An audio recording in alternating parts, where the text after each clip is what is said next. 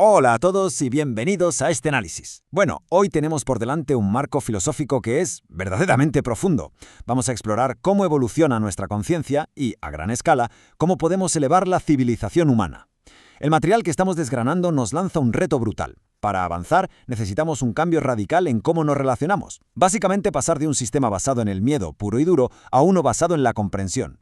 Así que vamos a sumergirnos en el tema y a ver cómo podemos dar este gigantesco salto evolutivo.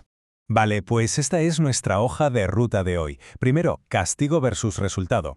Segundo, gobernar versus administrar. Tercero, el poder de la pedagogía. Cuarto, relaciones de personas compatibles. Y para terminar, el paso 5, pasos para evolucionar.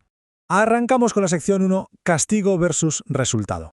A ver, esta es la base para entender por qué en nuestro día a día chocamos tanto. El texto nos muestra un contraste que es la noche y el día. Por un lado tenemos el castigo. Fijaos, el castigo es esa sanción que nos imponen desde fuera basada en una norma y sin ningún acuerdo previo. ¿Y qué genera esto? Pues inevitablemente resentimiento.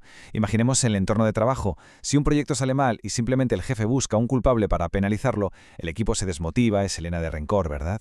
Pero claro, en el otro extremo tenemos el resultado. El resultado no te lo impone nadie, es sencillamente la consecuencia directa de las decisiones que hemos tomado. Si en esa misma oficina asumimos que los fallos son el resultado natural del proceso, pues ahí se abre la puerta a la madurez. Según la fuente, si no asumimos los resultados de nuestros propios actos, literalmente jamás podremos madurar a nivel espiritual. Y todo esto nos lleva a una idea que sinceramente es súper liberadora. El texto dice, no somos culpables, solamente cometemos errores.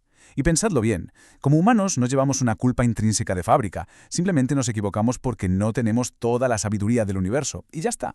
El error es de hecho nuestra gran oportunidad para aprender.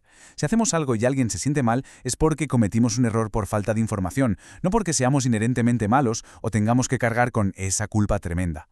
Aceptar el error como un paso cotidiano para aprender, quitándole todo ese peso dramático, eso es lo que realmente nos hace crecer. Pasamos a la sección 2. Gobernar versus administrar. Bueno, una vez que entendemos esto a nivel individual, toca verlo a gran escala, ¿no? Cómo se organizan las sociedades enteras. Aquí la clave es ver en qué tipo de sistema estamos metidos. Primero tenemos gobernar, que según el material es típico de civilizaciones de nivel 2 o 3, como la nuestra ahora mismo. Gobernar se basa en dictar normas, lanzar amenazas y usar la fuerza. ¿Por qué? Pues porque la sociedad está llena de personas que son incompatibles entre sí y que sinceramente no saben llegar a acuerdos pacíficos.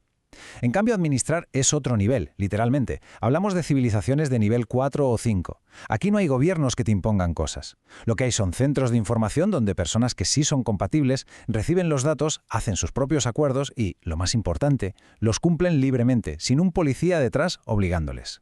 Y para entender por qué seguimos necesitando gobiernos, ojo a este dato que nos da el texto, porque es impactante. Resulta que el 90% de la gente en la Tierra hoy en día necesita normas y amenazas para poder funcionar. Es casi irónico, ¿eh? Siempre estamos diciendo lo mucho que valoramos ser libres, pero a la hora de la verdad parece que una inmensa mayoría prefiere que le digan qué tiene que hacer bajo amenaza en lugar de asumir la responsabilidad total de lo que hace. Solo un 10% está dispuesto a ser flexible y a llegar a acuerdos pacíficos. Al final, nos toca reflexionar a qué porcentaje queremos pertenecer nosotros. Vamos con la sección 3, el poder de la pedagogía.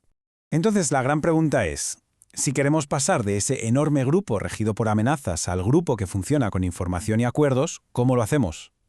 Pues la respuesta está en la pedagogía. Y ojo, no vale solo con soltar la información y ya está. Si le damos datos vitales a alguien que no tiene ni idea de cómo usarlos, el desastre está asegurado. Aquí se define la pedagogía como ese proceso meticuloso donde verificamos si la otra persona es capaz de manejar esa información de forma segura antes de cerrar un trato. Es literalmente el puente que nos permite dejar atrás la agresión, olvidarnos de imponer normas a la fuerza y empezar a construir algo mucho más avanzado. Y para que veáis cómo funciona esto en la práctica, el texto usa una analogía de estar por casa que es buenísima. Enseñar a un niño a hacer el desayuno. A ver, no le dices simplemente, ¡hala, haz el desayuno y te vas!, ¿verdad? No. Primero, le das la información. ¿Dónde está el fuego, los cuchillos, lo que quema? Segundo, verificas que de verdad ha entendido los peligros. Tercero, le dejas tener pequeñas experiencias controladas, como untar mantequilla o usar un cuchillo sin filo, para que vaya cogiendo soltura. Y solo al final, en el cuarto paso, cuando ya ves que es seguro, haces el acuerdo de cuándo y cómo se va a preparar el desayuno. Pues bien, esta misma estructura pacífica sirve para todo, desde criar hijos hasta gestionar una junta directiva. Entramos en la sección 4, relaciones de personas compatibles. Teniendo clara esta idea de la pedagogía, podemos analizar cómo interactuamos con los demás cada día. Y la dinámica es de un contraste brutal. Fijaos en la tabla. Si intentamos relacionarnos con personas que son incompatibles con nosotros, casi siempre terminamos imponiendo normas por la fuerza o por el miedo. ¿Y qué suele pasar? Pues que eso acaba en rebeldía, en que la persona se marche, o en un resentimiento tremendo si se queda por pura obligación. Sin embargo, cuando nos relacionamos desde la compatibilidad, la cosa cambia por completo. El enfoque pasa a ser compartir información y llegar a acuerdos. Y el resultado natural de eso es la convivencia pacífica. Es casi una regla de oro. Si nos podemos sentar, acordar algo y cumplirlo sin pelearnos, entonces somos compatibles. Ahora, para que esos acuerdos realmente funcionen, entra en juego una palabra clave: la lealtad. Pero atención, que el material original no habla de la lealtad ciega a un líder, a una persona o a una bandera. Nada de eso. Habla de lealtad a los compromisos que nosotros mismos hemos asumido libremente. En una civilización verdaderamente avanzada, ser leal significa cumplir tu palabra porque entiendes lo que has acordado y la información que hay detrás, no porque tengas miedo a que te castiguen si fallas. Es este nivel de integridad brutal con nuestra propia palabra lo que hace que ya no necesitemos a ninguna autoridad coercitiva vigilándonos todo el rato. Y llegamos a la sección 5, pasos para evolucionar. Aquí es donde bajamos toda esta filosofía a la tierra, al día a día. La fuente nos marca 4 renuncias que son innegociables si queremos dar este salto evolutivo.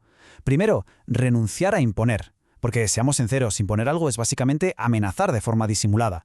Segundo, renunciar a prohibir, porque detrás de toda prohibición siempre hay un castigo esperando. Tercero, renunciar a agredir, que al final es usar la fuerza a lo bruto para que alguien cumpla una norma. Y cuarto, que para mí es el más difícil con diferencia, renunciar a interferir. Esto significa dejar que los demás tomen sus propias decisiones y, sobre todo, que asuman los resultados de las mismas. Cuesta muchísimo ver a alguien que nos importa equivocarse y no correr a rescatarlo. Pero claro, si interferimos, les estamos robando su oportunidad pedagógica de aprender y madurar. Y ojo a esto, porque aplicar estos principios puede cambiar totalmente cómo vemos a nuestro círculo más cercano. El texto suelta algo bastante provocador. Dice que la familia biológica puede ser en el fondo un accidente evolutivo. Compartir genética no garantiza para nada que seamos compatibles con esas personas. La verdadera familia, la conexión auténtica en una sociedad avanzada, se basa en la afinidad espiritual, en tener una enorme flexibilidad mental y la capacidad de establecer acuerdos en paz, tengan o no tengan tu misma sangre. Para cerrar este análisis, el material nos deja con una reflexión profunda. Y es que evolucionar hacia una sociedad superior no va a pasar por un decreto del gobierno o por una cumbre internacional. Es un trabajo que nos toca hacer a nosotros, de forma individual y constante. Implica aparcar el ego, desarrollar esa flexibilidad mental que comentábamos, dejar de pelear contra la realidad y aprender a hablar de verdad. Todo esto que hemos visto hoy, desde cambiar el castigo por el resultado hasta usar la pedagogía en nuestra vida diaria, está 100% en nuestras manos. Así que la pregunta que nos queda resonando es: ¿estamos dispuestos a dejar atrás el miedo y empezar a relacionarnos puramente desde la comprensión y los acuerdos? Muchísimas gracias por acompañarnos en este aprendizaje y sigamos cuestionando el mundo que nos rodea.